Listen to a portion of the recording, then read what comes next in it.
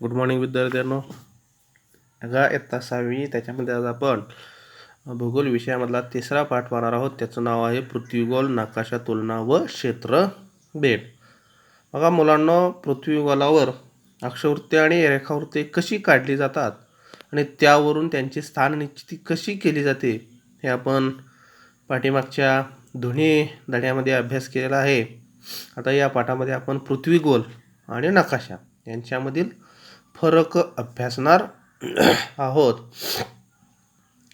आता 5 ते 6 मुला-मुलींचा गट करा. प्रत्येक गटात शाळेतील जगाचा नकाशा, भारताचा नकाशा आणि पृथ्वीगोल घ्या. या साधनांचे निरीक्षण करा आणि प्रश्नांची उत्तरे लिहा. आता याच्यामध्ये पहिलं त्यांनी दिलेलं आहे नकाशा दिलेला आहे बघा जगाचा.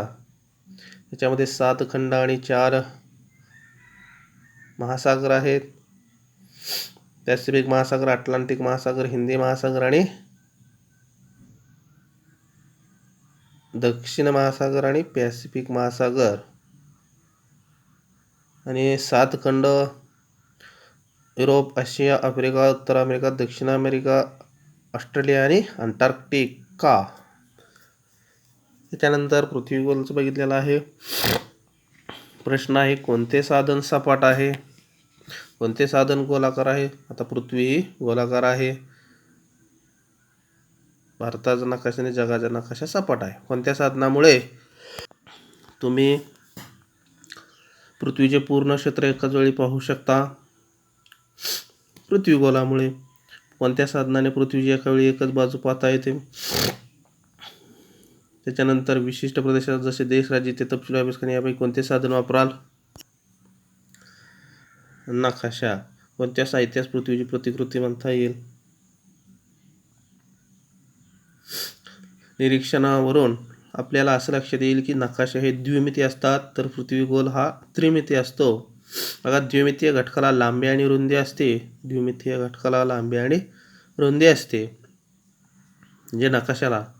आणि लांबी आणि त्याची रुंदी मिळून त्याचं काय तयार होत असतं? क्षेत्रफळ. क्षेत्रफळ बरोबर लांबी गुणिले रुंदी. तर त्रिमितीय वस्तूला लांबी आणि रुंदी नसते. तीनही म्हणजे लांबी, रुंदी आणि उंची या तीनही गोष्टी मिळून त्याचं काय तयार होत असतं? घनफळ तयार होत असतं. नकाशाच्या सहाय्याने जगाचा तसेच मर्यादित प्रदेशाचाही अभ्यास करता येतो. किंवा पृथ्वीगोल हा कितीही लहान किंवा मोठा असला तरी संपूर्ण पृथ्वीची प्रातिनिधिक प्रतिकृती असते. लहान मोठा असला तरी ती अख्ख्या संपूर्ण पृथ्वीची एक प्रातिनिधिक प्रतिकृती आहे. आता द्विमितीय म्हणजे काय? रुंदी व लांबी अशा 2 मिती असलेला पृष्ठभाग. उदाहरणार्थ कागद, फळा, मेज, जमीन इत्यादी. लांबी आणि रुंदी याला म्हणायचं द्विमितीय. तर त्रिमितीय म्हणजे काय?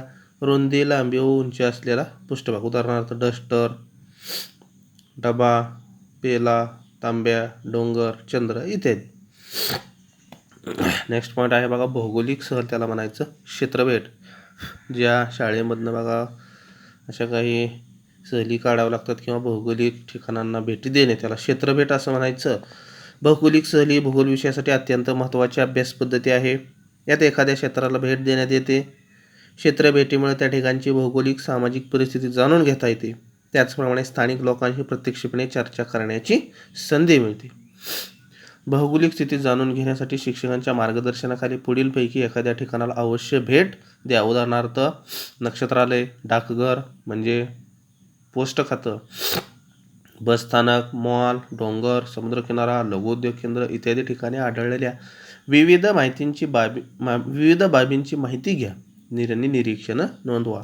बघा, क्षेत्रभेटीमध्ये शिक्षक तुम्हाला संबंधित ठिकाणाची माहिती सांगतील. शिक्षकांच्या मदतीने प्रश्नावली तयार करा.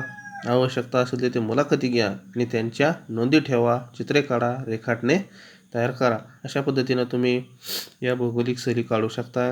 त्या ठिकाणी क्षेत्रभेट द्यायला गेल्यानंतर अशा पद्धतीचं तुम्ही ह्या नोंदी ठेवायच्या आहेत. आता हे माहीत आहे का बघा, पृथ्वीचा गोल नकाशा तयार करायचा झाल्यास प्रत्यक्ष तारेचा पृथ्वीगोल तयार करतात. त्याच्या आत दिवा लावून त्याचे प्रक्षेपण प्रकाशाच्या सहाय्याने कागदावर घेतले जाते. या प्रक्षेपणाच्या आधारे नकाशा तयार केला जातो. म्हणजेच पृथ्वीचा किंवा पृथ्वीच्या कोणत्याही भागाचा नकाशा तयार करण्यासाठी मूलभूत वृत्तजाळी आवश्यक असते. अशा पद्धतीने त्रिमितीय पृथ्वीगोलावरून द्विमितीय कागदावर नकाशा तयार केला जातो. बघा पृथ्वीगोलावरून कागदावर कशा पद्धतीने नकाशा तयार केला जातो, तर त्याच्यामध्ये काय केलं, त्या पृथ्वीगोलाच्या आतमध्ये दिवा लावून त्याचं प्रक्षेपण प्रकाशाच्या साहाय्याने आपल्याला कागदावर घेतलं जातं. तर मला काय येतं, नकाशा व पृथ्वीगोलासह विविध वस्तूंच्या मितीनुसार वर्गीकरण करणे आणि आवश्यकतेनुसार नकाशा किंवा पृथ्वीगोलाचा वापर करणे. अशा पद्धतीचं भौगोलिक सहल असेल, त्याचं भौगोलिक स्पष्टीकरण असेल, क्षेत्रफळ असेल किंवा पृथ्वीगोलाचा नकाशा तयार कसा करायचा, त्या ठिकाणी जो काही प्रत्यक्ष तारेचा पृथ्वीगोल तयार करावा लागतो आणि त्याच्या आतमध्ये एक दिवा लावून त्याचं प्रक्षेपण प्रकाशाच्या साहाय्याने आपल्या कागदावर घेतले जाते आणि याच प्रक्षेपणाच्या साहाय्यानं किंवा आधारे नकाशा तयार केला जातो. म्हणजे पृथ्वीचा किंवा पृथ्वीच्या कोणत्याही भागाचा नकाशा तयार करण्यासाठी मूलभूत वृत्तजाळे आवश्यक आहे. आणि अशा पद्धतीने त्रिमितीय पृथ्वी, म्हणजे पृथ्वी ही कशी आहे, त्रिमितीय आहे. त्याला काय आहे, लांबी, रुंदी आणि उंची. म्हणून त्रिमितीय पृथ्वीगोलावरून द्विमितीय कुठला आहे, नकाशा. कागदावर आपल्याला नकाशा तयार करता येतो. या ठिकाणी आकृती दाखवलेली आहे बघा. या ठिकाणी बल्ब लावलेला आहे, प्रकाश, इथून प्रकाशाच्या साहाय्याने या ठिकाणी आपल्याला नकाशा तयार केलेला दिसेल. त्याच्या पण बघा अर्धा, या ठिकाणी भूगोल दालन. अर्था हा जगातील सर्वात मोठा फिरती पृथ्वीगोल आहे. त्याचं नाव आहे अर्था. हा एक जगातील सर्वात मोठा एक फिरता पृथ्वीगोल आहे. अमेरिकेच्या संयुक्त संस्थानामध्ये मेन राज्यात यारमथ येथे ही पृथ्वीची महाकाय प्रतिकृती आहे. बघा ही सगळ्यात मोठी प्रतिकृती कुठं आहे, अमेरिकेच्या संयुक्त संस्थानामध्ये मेन या राज्यामध्ये यारमथ या ठिकाणी ही पृथ्वीची महाकाय प्रतिकृती आहे. या पृथ्वीगोलाच्या परिभ्रमणाचा व परिवलनाचा वेग पृथ्वीच्या वेगानुसार राखलेला. ज्याप्रमाणे पृथ्वीचा वेग आहे त्याप्रमाणे ज्या याही प्रतिकृती जी काय पृथ्वीगोलाची प्रतिकृती आहे त्या प्रतिकृतीचा सुद्धा वेग पृथ्वीच्याच परिभ्रमणाचा व परिवलनाचा वेग पृथ्वीच्या वेगानुसार राखलेला आहे. या ठिकाणी त्याची आकृती दाखवलेली आहे. तर अशा पद्धतीनं पृथ्वीगोल, नकाशा, तुलना व क्षेत्रफळ हा पाठ या ठिकाणी संपलेला आहे. बघा विद्यार्थ्यांनी अशा पद्धतीचे पृथ्वीगोल असेल, नकाशा असतील, मग ते तालुका, जिल्हा, राज्य, देश, जग हे सर्व नकाशे विद्यार्थ्यांनी व्यवस्थित समजून घ्यायचे आहे. त्याची माहिती घ्यायची आहे. पृथ्वीगोलाची माहिती घ्यायची आहे. विषुववृत्त काय, मकरवृत्त काय, कर्कवृत्त काय, दक्षिण ध्रुव कुठला, उत्तर ध्रुव कुठला, त्यांचे रेखांश, अक्षांश हे सगळं विद्यार्थ्यांनी व्यवस्थित माहिती करून घ्यायचं आहे. आणि ज्या पाठावर जे काय स्वाध्याय आहेत त्याचबरोबर बघा स्वाध्याय पण सोडवायचे आहेत. आणि संदर्भासाठी संकेतस्थळे म्हणून या ठिकाणी काही वेबसाईट दिलेल्या आहेत. विद्यार्थ्यांनी शक्य असेल तर याही वेबसाईट्स मोबाईलच्या इंटरनेटवर ओपन करून पाहायच्या आहेत आणि स्वाध्याय मात्र व्यवस्थित सोडवायचा आहे. थँक्यू.